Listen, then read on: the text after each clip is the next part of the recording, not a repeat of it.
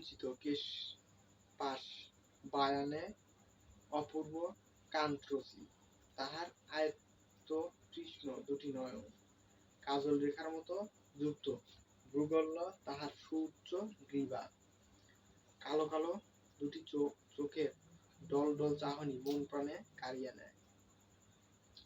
তাহার নীরবতা ও মধুবর্ষী তাহারে মুখের বাসন বিনীত নম্র তাহার প্রকৃতি।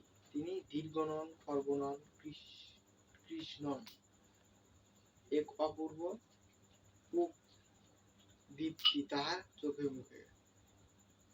বলিষ্ঠ পুরুষের ব্যঞ্জনা তার সঙ্গে, বড় সুন্দর বড় মনোহর সেই অপরূপ রূপের অধিকারী।